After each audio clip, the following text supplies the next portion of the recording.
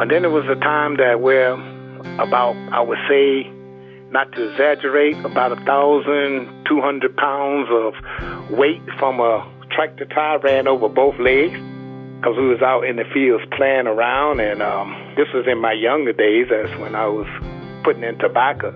We used to pull the suckers out the tobacco, and while we had a little time, we would all be playing out there around and throwing dirt balls at one another and hiding behind the plants and stuff. And I hid behind this big wheel from the back of harvester.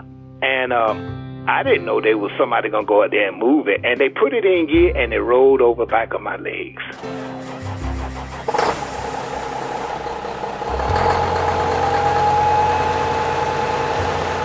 And I tried with all the strength I had to keep it from rolling. And I had a good grip that it wasn't. And then they realized that they was rolling over me, and then I let it go, and it rolled over both legs. And everybody thought then that they were going to have to call the boss man, and the ambulance called both my legs is crushed. And I stood up and jumped around. And everybody looked at me with their mouth dropped wide open.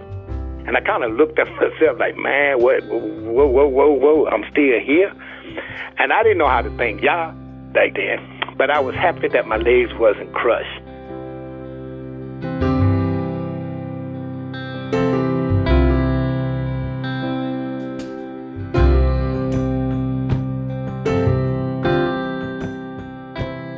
You're listening to Fruit Bearers, a living Hebrew production provided by KingdomPreppers.org. I'm your host, Kingdom Prepper. This podcast will focus on the spiritual walk of those of you out there who are living the Israelite lifestyle, whether you were born Hebrew or Gentile. But more than that, it will detail how the faithful have been, or are striving to be, fruit bearers as they walk the path of righteousness toward the kingdom. We turn to our next guest. My name is Eddie H. I was born in Jones County, North Carolina. As a child growing up, and I always had this feeling that I was somehow different from everybody else, and from my brothers and sisters. And I was back there at that time considered to be like the black sheep of the family because I was a little odd in some ways. A lot of people categorized me as being crazy, stupid, never amount to anything, wild, and there was a lot of things said about me that bothered me as a child growing up, and growing up in church, because we always had to go to church. That was a must on Sunday morning. You got to go to church.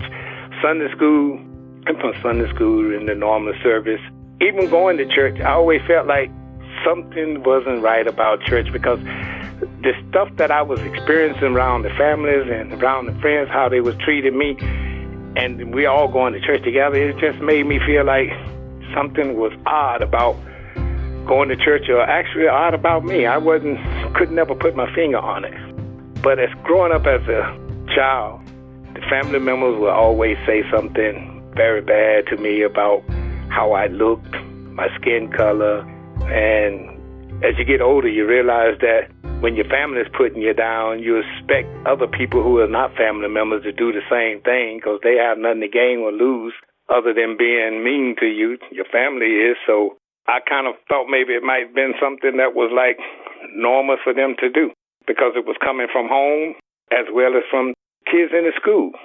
I wasn't never really liked in the school, even though I never really bothered anybody. And I grew up with my grandparents. And that started out when I was living in Connecticut. My mother, she moved up there with my stepfather, you can so say. And I wasn't coming actually clear living in the big cities. I wasn't used to no big cities. And I actually started getting in trouble because the kids up there, they would beat you. They had gangs. And if you didn't join in, you was going to get beat every day. So I spent a lot of time running home, being afraid. And then I started missing school, and then the truant officer come and reported to my stepfather that I hadn't been to school in 7 days, and that got me in trouble with him. And he would whoop me really bad with drop cords or whatever he got in his hand. It ain't like he took pity on me. And My mother, she seen it, it hurted her, but she never really stepped in and say, hey, listen, you can discipline, but no way you're going to discipline using no extension cords or drop cord or anything. So it had me so in a fear that I wouldn't even come out my room just to see him, because I was afraid that if he even took a wink at me, he was going to find a reason to come and beat me. So I started going through hard times living in Connecticut. And then my mother's side, she would think the best for me was to take me back to North Carolina to my grandparents. So I moved back to my grandparents when I was 8 years old. And everybody knew my brother, because my brother was always by my grandparents. My mother took me, my two sisters, my brother stayed by my grandparents. So they all knew my brother, and some of them never knew that he even had a brother. And then when they started realizing he had a brother, and it was me, it ain't like they just took on to me and say, hey, you part of the family. I had to earn to come into being associated with other people, even though I had some people that I associated with or friends, but it was never like close friends. So I have always felt like I was the outside, no matter what I did. So as the years went by, growing up, going to church, singing in the choir, working on the usher board, I came in the experience of religion, because my grandparents, that was, like I said, that was something you had to do. You was going to church, and you were going to attend Sunday school every Sunday. So I would go that, and then in the summertime, we would go to what they call this summer school, what we have at the church, and you play games, and you learn a little bit of the stories of the Bible and things like that. But somehow I never felt like I was really getting anything out of it. So by the time I was, say, 17 or 16, I ran away from home, and my aunt took me in, which I was glad she did, because she knew what I was going through. Because I had this one aunt that will always, it hurt her to see how I was being treated or what the things I had to go to. And in the summertime, she would always send her son from D.C. down without grandparents, so that I would have somebody close to me that I could talk to, play with, and wouldn't be alone, to help me do chores, because we always had chores. We had like about 1,500 dogs and a lot of chickens and hogs, and then we had to go and feed the cows, and we had gardens, 2 gardens in the summertime. It was always something to do, and not enough time to actually have pleasure as teenagers growing up. And so I started working ever since I was, you could say, 9 years old. And by the time I was 17, I actually had enough of that kind of stuff. So I ran away. Like I said, my aunt took me in, and I didn't say anything. My mother knew I had ran away, and she didn't tell my grandparents where I was, because I told her, please don't, because I'm not going back. And so as time went by, I went on and forgave them for how they treated me growing up as a child, and tried to let them know how I felt, because many times I had this suicide thing in mind to do, because I felt like there was never nobody there for me. And it was always me by myself, other than in the summertime when my cousin would come home. And when he didn't, it was just me. And school kids, I can't say that I really had any real close school camaraderies, maybe 1 or 2. But even in the schools, I wasn't never no troublemaker. And sometimes the people would beat me, and then when I would get home, my grandparents would beat me because I would run from the fights, because I wouldn't fight. And then after I started learning how to fight, I didn't pick it.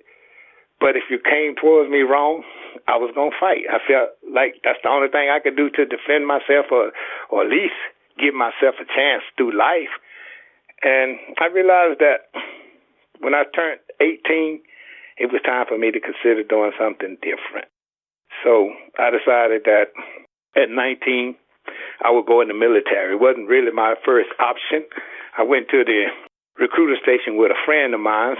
Well, I say friend, but we knew each other, and to take the test. And he failed the test, and I passed the test. And so they said, hey, I can offer you this. And I said, well, you know what? I take it and I go. Now I can get away from North Carolina and try something new. And as I got away, I started experiencing stuff in the military, almost like I seen when I was growing up in North Carolina, because I grew up a time around North Carolina where colored people wasn't still having the rights to do anything.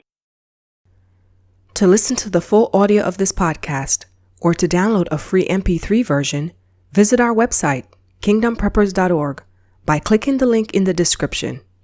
And if you're striving to bear fruit for Yah and would like to be featured in a future podcast episode, write us through the site using the contact form at the bottom of the Live in Hebrew section and request a Fruit Bearers interview.